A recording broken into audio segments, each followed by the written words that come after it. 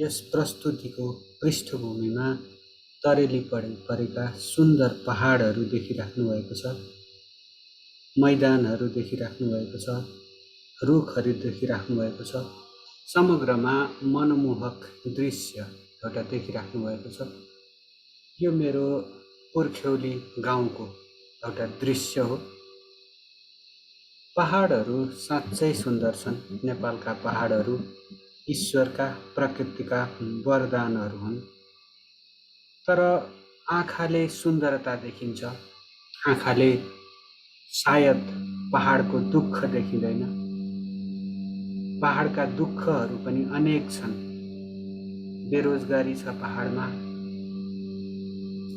जनशक्तिको अभाव छ पहाडमा, राज्यको आँखा पुग्न सकेको छैन पहाडमा, सिंहदरबारमा मात्रै सीमित छ राज्य, सिंहदरबारबाटै गर्जिन्छ, कर थोपर्छ। पहाडको लागि त्यति धेरै प्राप्त हुँदैन विकासको नाममा, समृद्धिको नाममा। अनि जे जति प्राप्त हुन्छ त्यो पहाडका टाठा बाठाहरूले धेरै जसो एकलौटी रूपमा स्वाहा पार्नुहुन्छ। उहाँहरूले अहिले गाविस अध्यक्षहरू हुनुहुन्छ, सदस्यहरू हुनुहुन्छ, सांसदहरू हुनुहुन्छ, तर जे जति विकास बजेट सिंहदरबारबाट प्राप्त हुन्छ त्यसको धेरै ठुलो अंश भ्रष्टाचारमा जान्छ, तलब भत्तामा जान्छ, पदाधिकारीहरूको भरण पोषणमा जान्छ। अनि विकासका नाममा पहाडमा हुने भनेको मुख्यतः सडक निर्माण हो, धुले बाटोको निर्माण हो। यो निर्माण गरेर विकास पुर्याइयो भनिन्छ पहाडमा। तर कहिल्यै पनि पहाडमा सडक लैजाँदा, जताततैबाट सडकहरू लैजाँदाखेरि त्यो पहाडको भार वहन क्षमता कति छ भन्ने कुरा चाहिँ विश्वास त्यसको त्यो कुनै लेखाजोखा गरेको, त्यसको कुनै मूल्याङ्कन गरेर कार्य गरेको पाइँदैन।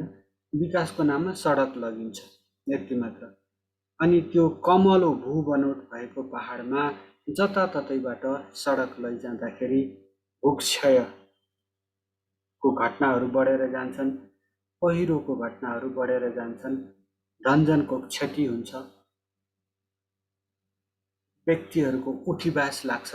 तर यस समग्र कार्यमा सबैभन्दा निरापद रूपमा नाफा प्राप्त गर्ने भनेको चाहिँ मूलतः गाविस अध्यक्षहरूले हो। उनीहरूको डोजर हुन्छ, उनीहरूको डोजरलाई काम चाहिएको हुन्छ। त्यो काम प्राप्त गर्नको लागि, नाफा कमाउनको लागि जताततै सडक खोलिन्छ, जताततैबाट सडक खोलिन्छ। अनि यसरी जुन मोटो रकम प्राप्त हुन्छ त्यो आफ्नो व्यावसायिक समृद्धि, व्यावसायिक प्रोफेसनल ग्रोथको लागि प्रयोग हुन्छ। अर्कोचोटि चुनाव उठ्नुपर्ने हुन्छ, अर्कोचोटि फेरि अनेक भोट मत किनेर चुनाव जित्नुपर्ने हुन्छ। त्यसको लागि यो विकास निर्माण, तथाकथित विकास निर्माण गरेर कमाइएको स्रोत लगाइन्छ। अनि त्यसपछि पटक पटक चुनाव जितिन्छ। अहिले गाविस अध्यक्ष भइएको छ भने प्रदेशतिर ताकिन्छ, प्रदेशतिर ताकिसकिया छ भने केन्द्र ताकिन्छ, मन्त्री पद ओगट्न खोजिन्छ। चाहना त्यही हुन्छ। ठुला ठुला आकाङ्क्षाहरू हुन्छन् आर्थिक लाभ भइसकेपछि। यस्तो भइसकेपछि व्यक्तिको, पदाधिकारीको त समृद्धि हुन्छ, तर गाउँको चाहिँ उठीबास लाग्नेसम्मको परिस्थिति हुन्छ। पानीका मूलहरू सुक्छन् जताततै सडक निर्माण गर्दाखेरि विचारै नपुर्याइकन। जनताले दुःख पाउँछन्, उठीबास लाग्छ, घरबार विहीन हुने परिस्थिति निर्माण हुन्छ, पानीका मूल सुकेपछि बस्ती सार्नु पर्ने पनि हुन्छ। यस्तो अवस्था छ।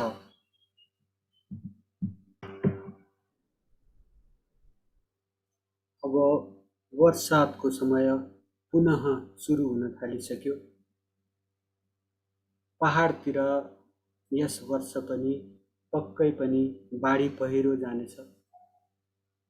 कयौं व्यक्तिहरू घरबार विहीन हुने सम्भावना हुन्छ।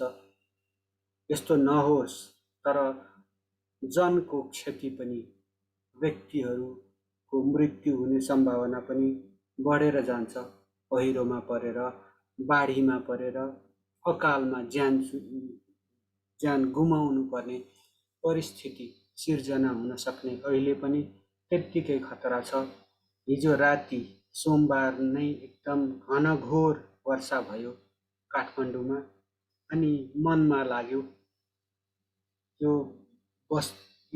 वर्षाले, यो घनघोर जुन वर्षा भइराखेको छ, त्यसले के कति विपद ल्याउने हो आफ्नै घर परिवारमा, पहाडमा, आफ्नो पुर्ख्यौली थलोमा, अनि तराईका खेतहरू कति डुब्ने हुन्, नेपाली जनका खेतहरू कति डुब्ने हुन्, कति घरबार विहीन हुने हुन्, कति असहाय हुने हुन्, टुहुरा हुने हुन्, कति आफ्नो घर जग्गा सबै गुमाएर झुपडीमा बस्नुपर्ने हो, राज्यको दयामा बाँच्नुपर्ने हो। यस्तै चिन्ताहरूले, पिरोले एक किसिमका आफ्नो चिन्ता, अनि त्यसपछि कस्तो भन्दाखेरि यो लाल पूर्जा नभएको तर कमाई खाएको जस्तो देश भएको छ। यो देशका खासै केही नभएकाहरूलाई चाहिँ देशको सबैभन्दा बढी चिन्ता हुँदो रहेछ। अरूको त कति व्यक्तिहरूको, राजनीतिक नेताहरूको विदेशमा ब्याङ्क ब्यालेन्स होला, नातापाताहरू होलान्, घर जग्गा त्यतातिर पनि प्रशस्त उहाँहरूले जोड्नु भएको हुनुपर्छ। तर धेरै नेपालीको लागि एउटा सम्पत्ति, एकमात्र सम्पत्ति भनेको नेपाल हो, अनि त्यो नेपालको चिन्ता लाग्दो रहेछ।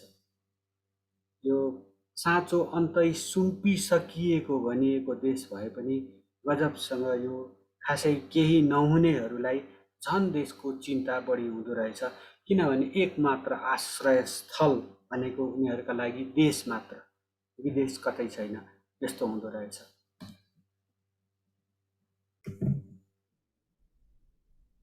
अवस्था यस्तो छ। यो वास्तवमा नेपाली किसानहरूका लागि मानो खाएर मुरी उब्जाउने समय हो भनिन्छ। तर बर्सातले उत्पात मच्चाउन सुरु गरिसक्यो, बालीनालीको क्षति गर्न सुरु गरिसकेको अवस्था छ। यतिखेर ज्यान बचाउने हो कि बालीनाली बचाउने हो भन्ने चिन्तामा नेपाली किसान छ। त्यसमाथि मल पाइएको छैन, बिउ पाइएको छैन। मधेसतिरको पनि थोरै कुरा गरौँ, चर्चा गरौँ। मधेसको अघि पनि विषय प्रवेश गरिसकिएको थियो। मधेसमा नदी र खोलाहरूको प्राकृतिक बहाव परिवर्तन हुने गरी, नेपाल डुब्ने गरी बनाइएका संरचना, भारतले बनाएका संरचनाहरूका कारण लाखौं हेक्टेयर नेपाली मलिलो भूमि डुब्ने गरेको छ, डुबानमा पर्ने गरेको छ। खेतीयोग्य जमिन बन्जर हुने, खेतीयोग्य जमिनमा बालुवा थुप्रिने र कुनै खेती गर्न नमिल्ने त्यस्तो अवस्था सिर्जना हुने गरेको छ। यस सम्बन्धमा पटक पटक राजनीतिक नेतृत्वको ध्यानाकर्षण गराइने गरेको छ। अहिले त स्थानीय सरकार छ, प्रदेश सरकार छ, केन्द्र सरकार छ, जताततै सरकारै सरकार छन्, जताततै सिंहदरबारै सिंहदरबार छन्। तर पनि जनताको आँसु पुछाउने हुन सकेको छैन। उनीहरूका चासोहरू, जस्तै एकतर्फी रूपमा बनाएका बाँधहरूका कारण नेपाली भूमि डुब्ने मधेसभरि नै यो समस्या छ। तर जति अनुनय विनय गरे पनि, जति तथाकथित कूटनीतिक कदम चाले पनि भारतले अटेरी गर्ने गरेको छ। यसले गर्दा तराईका नेपाली किसानको दुःख, पीडा, आँसु झन्झन थपिएको छ। यस्तो अवस्था छ। तर सत्तालाई छु मतलब के मतलब भने जस्तो छ। सत्ता व्यस्त छ, सरकार व्यस्त छ आफ्नो कुर्सी जोगाउन, आफ्नो पद जोगाउन सायद 5 पटक प्रधानमन्त्री भइसकेका व्यक्तित्वलाई, नेपाली राजनीतिका एक वरिष्ठ व्यक्तित्वलाई अझ कति पटक प्रधानमन्त्री हुन पाऊँ भन्ने चिन्ता छ होला।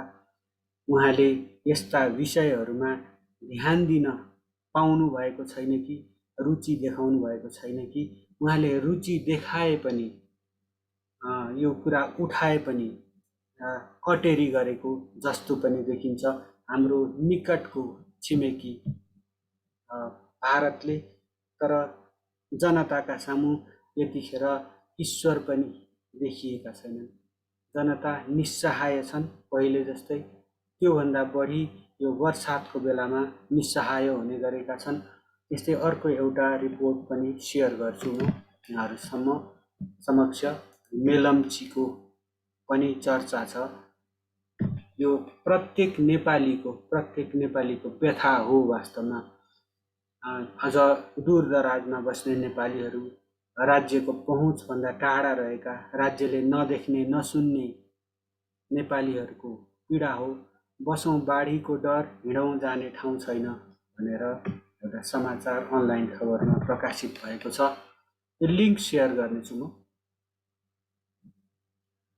यसै बेला यो किसानको मानो खाएर मुरी उब्जाउने बेला हो।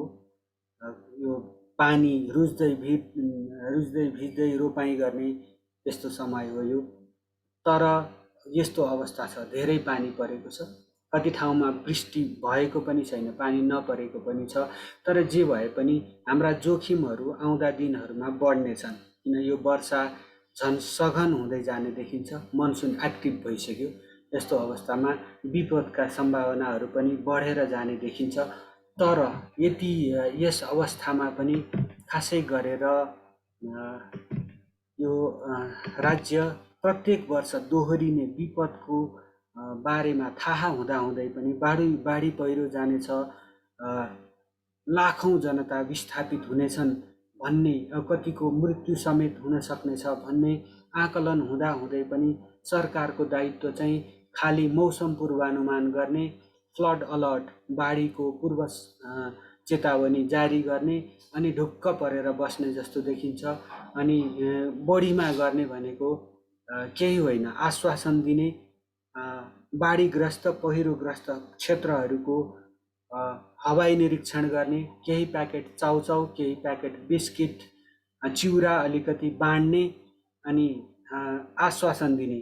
यो आश्वासन दिने अझ बढी तीव्र रूपमा आश्वासन दिइन्छ होला यसपटक, किनभने यो निर्वाचनको वर्ष हो। प्रदेश सभाको निर्वाचन हुनेछ यही वर्ष अनि त्यसपछि केन्द्र तहको निर्वाचन पनि हुने हुँदाखेरि ठुला राजनीतिक व्यक्तित्वहरू हेलिकप्टर चढेर हवाई निरीक्षण गर्ने अनि त्यसपछि केही प्याकेट खाद्यवस्तुहरू पीडितहरूलाई दिने अनि त्यसै गरेर विकासे संस्थाकाहरूले पनि त्यसै गरेर केही प्याकेट खाद्य पदार्थहरू पीडितहरूलाई दिने अनि सेल्फी खिचाउने, विफी खिचाउने अनि त्यसपछि उनीहरूको पीडा बिर्सिने उपक्रम यो वर्ष पनि नचल्ला भन्ने कुनै सङ्केत छैन। यो बाढी पहिरो जस्ता प्राकृतिक विपदहरूसँग जुझ्नको लागि राज्यसँग कुनै किसिमको अल्पकालीन, मध्यकालीन र दीर्घकालीन योजना नभएको जस्तो देखिन्छ। हामीसँग राष्ट्रिय योजना आयोग छ, नाना थरीका विषयविज्ञहरू हुनुहुन्छ, बाढी विज्ञहरू हुनुहुन्छ, योजनाविदहरू हुनुहुन्छ, उग्र क्षमता, एकदमै क्षमतावान कर्मचारीहरू हुनुहुन्छ। तर पीडितको पक्षमा, बाढी पीडितको पक्षमा चाहिँ खासै काम हुन सकेको छैन। अब यो राजनीतिक नेतृत्वतर्फै फर्केर हेर्दाखेरि राजनीतिक नेतृत्वको एकमात्र ध्येय सत्ता कसरी जोगाउने भन्नेमा केन्द्रित छ। भर्खरै उच्चस्तरीय भ्रमणहरूको आदान प्रदान पनि भएको छ। एउटा युएस कमान्डर पेसिफिक, युएस आर्मीको Pacific commanding general Charles A फ्लिनको नेपाल भ्रमण भएको छ। यसै गरी प्रधानमन्त्री पत्नी तथा नेपाली कङ्ग्रेसका सांसद पनि दिल्ली भ्रमणमा हुनुहुन्छ। यो सत्ता, राजनीति, देशको भविष्य, भाग्यसँग जोडिएका यी भ्रमणहरू पक्कै पनि हुन्। यो ब्याक च्यानल नेगोसिएसन्स पनि होला दिल्ली भ्रमण चाहिँ। अब के हुन्छ यो देशको भविष्य, रुस युक्रेन युद्धको परिप्रेक्ष्यमा नेपाल एउटा क्याम्पतिर ढल्किएको, एउटा छिमेकीको साथ लागेर अर्को छिमेकीको अलिकति विपक्षमा उभिएको जस्तो एकदम जटिल परिस्थिति छ। नेपालले एउटा गुटनिरपेक्ष कूटनीति, एउटा असंलग्न परराष्ट्र नीतिलाई अलिकति छोडेर अर्कै बाटोतिर अघि लागेको हो कि भन्ने देखिँदैछ। यस्तो परिप्रेक्ष्यमा प्रधानमन्त्री शेरबहादुर देउवा स्वयं र नेपाली सेनाका सेना प्रमुख प्रधान सेनापति प्रभुराम शर्मा संयुक्त राज्य अमेरिकाको भ्रमणमा जाँदै हुनुहुन्छ भन्ने किसिमका समाचारहरू आइरहेका छन्। यस्तो अवस्थामा के देखिन्छ, काठमाडौँको सिंहदरबारको ध्येय के देखिन्छ भने जसरी पनि सत्तामा टिकिराख्ने, सत्ता जोगाउने, आफू जोगिने, पदमा जति सकिन्छ बसिराख्ने भन्ने ध्येय नै बढी देखिन्छ। राष्ट्रिय हित, नेपाली जनताको हित, राष्ट्रिय सुरक्षातर्फ जति ध्यान जानुपर्ने हो, वरिष्ठ राजनीतिज्ञहरू हुनुहुन्छ उहाँहरूबाट त्यो किसिमको ध्यान गएको जस्तो पटक्कै देखिएको छैन। यो समग्र नेपाली जनताको लागि एकदमै चिन्ताको विषय हो। अनि साथसाथै यो बजेट सम्बन्धमा पनि धेरै विवादहरू सिर्जना भएका छन्। हालै प्रस्तुत भएको बजेट सम्बन्धमा पनि धेरै विवादहरू सिर्जना भएका छन्।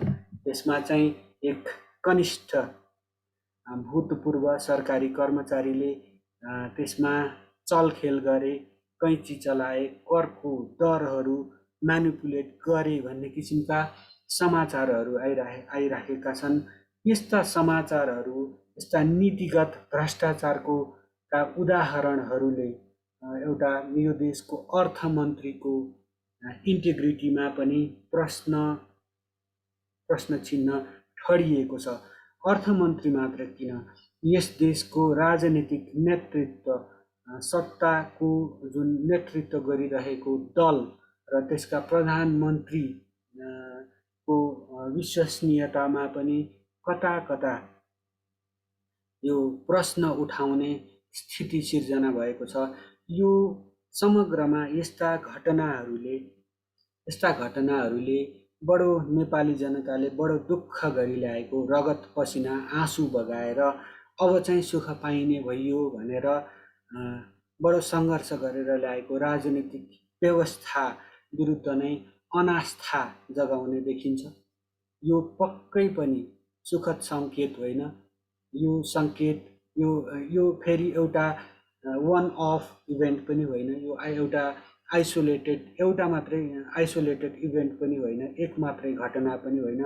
यस्ता विवादास्पद घटनाहरू, यस्ता विवादहरू, यस्ता नीतिगत भ्रष्टाचारका उदाहरणहरू छ्याप्छ्याप्ती दिनका दिनै जसो भेटिराखेका छन्। यसले नेपाल र नेपालीको दुःख झन बढाउनेछ, राजनीतिक अस्थिरता झन बढाउनेछ। सिंहदरबार यस्तो बेला अलिकति जनताप्रति संवेदनशील हुनुपर्ने, खास गरेर उसको दुःखमा मलम लगाउनु पर्नेमा झन करको भार थोपर्दैछ। मूल्य वृद्धि भएको भएै छ, पेट्रोलियम पदार्थहरूको मूल्य अकासिँदो छ, त्यससँगै जनताको जीवनस्तर झन्झन भासिँदो छ, झन्झन तल गिर्दो छ। यस्तो अवस्थामा सिंहदरबार अलिकति विवादमुक्त हुनुपर्थ्यो। जनताको घाउमा मलम लगाउनु पर्नेमा सिंहदरबारले कतै न कतै त्यो घाउ झन आलो बनाइदिएको, त्यो घाउमा झन चक्कु चलाइदिएको अवस्था जस्तो छ। यस्तो अवस्थामा अघि चर्चा गरियो यो नेपाल प्राकृतिक विपदको जोखिममा रहेको देश हो। क्लाइमेट भल्नरेबिलिटी नेपालको ज्यादै धेरै छ। पहाड र तराईमा, पहाडमा बाढी पहिरोको जोखिम छ, तराईमा फ्लडिङ बाढीको जोखिम भइहाल्यो, भूमि कटान हुने डुबानको जोखिम छ।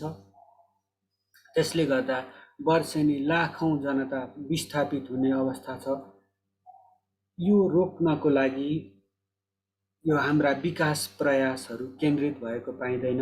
यस्तो भू बनौट एकदमै संवेदनशील भएका ठाउँमा भएको देशमा, एउटा भूकम्पको पनि उच्च जोखिम भएको देशमा, यति मात्रै होइन, पहाडी हिमाली क्षेत्रमा हिम नदीहरू खुम्चिँदै खुम्चिँदै जाँदाखेरि हिमतालहरू बनेका छन्। ती हिमतालहरू जुनसुकै बेला पनि फुट्न सक्ने, ग्लाइसियल लेक आउटबर्स्ट फ्लड्स भनिन्छ। त्यो फुट्दाखेरि ती तालहरू, हिमतालहरू, छोरोल्बा लगायतका हिमतालहरू फुटे भने तल्लो तटीय क्षेत्रमा धनजनको ठुलो क्षति हुने सम्भावनाहरू पटक पटक विभिन्न अध्ययनहरूले औँल्याएका छन्। तर यसका बावजुद यस देशको पहाडका काखमा हिमालतिर उच्च बाँध, बहुउपयोगी परियोजनाहरूका लागि उच्च बाँधहरू बनाउने कुराहरू चल्ने गर्छन्। यसले नेपाललाई हुने फाइदाहरूबारे चर्चा चल्ने गर्छन्। तर यो खासमा यस्ता उच्च बाँधहरू धेरै जसो नेपालको लागि, नेपालको फाइदाको लागि नभई भारतको ठुलो भूभागमा सिंचाइ, जल यातायात, खानेपानी, मत्स्यपालन, बेमौसमी खेतीको लागि उपयोगी होस् भनेर अगाडि ल्याइन्छन्। यसमा भारतको ठुलो स्वार्थ रहेको छ। कोशी सम्झौतादेखि हालसालै सम्पन्न अरुण तेस्रो, अरुण चौथो, तल्लो अरुण, माथिल्लो कर्णाली, त्यसै गरेर पश्चिम सेती आयोजना र सेती 6 आयोजनासम्म आइपुग्दाखेरि पनि यही देखिन्छ। यो मूलतः नेपालको लागि होइन, नेपालका नदीहरू भारत र भारतीयहरूको लागि फाइदाको लागि दोहन गर्नका लागि गरिएका उपक्रमहरू हुन्। अहिले भारतको गङ्गा तटमा र मुम्बई महाराष्ट्र, मुम्बई महाराष्ट्रभित्रै पर्यो, त्यसै गरेर राजस्थान, त्यसै गरेर उत्तर प्रदेश, बिहार, त्यसै गरेर गुजरात लगायतका अनेक राज्यहरूमा खानेपानीको चरम सङ्कट छ। राज्यहरूबीच कृष्णा, कावेरी, सतलज जस्ता अन्यान्य नदीहरूको पानीको बाँडफाँड सम्बन्धमा विवाद छ। यो नसल्टिने किसिमको विवाद हुँदा नेपालको पानी लगेर भारतको तिर्खा मेटाउने उपक्रमका लागि यी सबै योजनाहरू ल्याइएको बुझ्न गाह्रो छैन। तर हामीलाई चाहिँ यसबाट विपद मात्रै प्राप्त हुन्छ कि हाम्रोमा चाहिँ सुक्खा झन बढ्ने, यो पानी ट्रान्सफर गर्दाखेरि सुरुङ लगायतका संरचनाहरू मार्फत जुन नेचुरल कोर्स, नदीको प्राकृतिक बहाव परिवर्तन गरी संरचनाहरू निर्माण गरी पानी चाहिँ सीमा पारी पुर्याउँदा हाम्रा भूभागहरूमा सुक्खा बढ्ने, खानेपानीको सङ्कट बढ्ने, प्राकृतिक विपदहरू बढ्ने, तापक्रम बढ्ने जस्ता जोखिमहरू उच्च रहेको जस्तो देखिन्छ। यतातर्फ ध्यान जानुपर्नेमा अनि पहिले गरिएका सन्धि सम्झौताहरू, कोशी, गण्डक, महाकाली, माथिल्लो कर्णाली, अरुण तेस्रो लगायतका सम्झौताहरूमा नेपाल तल पर्यो। पहिला यसको पुनरावलोकन हुनुपर्छ र नेपालको पक्षमा यस्ता सन्धि र सम्झौताहरू संशोधन गरिनुपर्छ भन्नुपर्नेमा, त्यसो नगरेर नयाँ देशघाती, राष्ट्रघाती सन्धि सम्झौताहरू सम्पन्न गरिँदैछन् द्रुत गतिमा। यो राजनीतिक स्वार्थको लागि नेपाल र नेपालीको स्वार्थ अन्डरमाइन गर्ने, नेपाल र नेपालीको राष्ट्रिय स्वार्थ कमजोर पार्ने, जल सार्वभौमिकता कमजोर पार्ने, राष्ट्रिय सार्वभौमिकता कमजोर पार्ने दीर्घकालीन षड्यन्त्र अन्तर्गत यो भइरहेको बुझ्न कठिन छैन।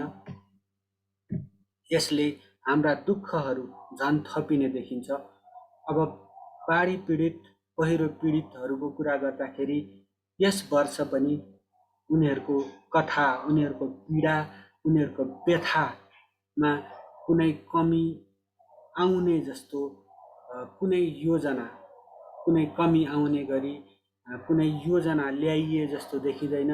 सरकार आफ्नो स्थिति मजबुत पार्नमा सक्रिय छ, पद जोगाउन सबै सक्रिय छन्, सत्ता नगुमोस् भन्नेमा मात्रै सबैको ध्यान छ। देश र देशवासीको दुःख, पीडा, आँसु पुस्ने जुन तत्परता राज्यले देखाउनु पर्ने हो त्यो देखाएको देखिँदैन। यो देखाएको नदेखिनु नै यो दुःखद पक्ष हो, सबैभन्दा दुःखद पक्ष हो। सरकार समाधान भएर उपस्थित भइदिनु पर्नेमा सरकार आफै एउटा महाविपदको रूपमा यो मनसुनको सुरुवातसँगै देखिएको छ। यसले गर्दा हाम्रो सङ्कट, हाम्रा दुःखका दिनहरू झन् गहिरिने, झन् बढ्ने छन् जस्तो देखिँदैछ। हाम्रा दुःखहरू झन् बढ्ने देखिँदैछ। आग्रह के छ भन्दाखेरि जनताको आँसुले बोल्न सक्छ, दुःख पीडाले सरकारलाई, सरकारको बागडोर सम्हालिरहेकाहरूलाई पनि पिर्नुपर्छ। यो जनताको दुःखमा मलम लगाउने काम सिंहदरबारले गरोस्, प्रदेश सरकारले गरून्, स्थानीय सरकारहरूले गरून्।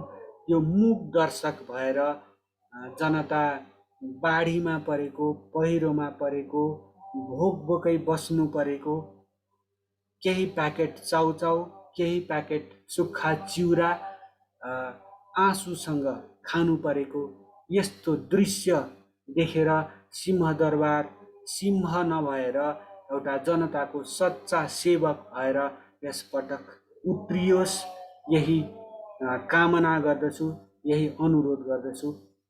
धन्यवाद।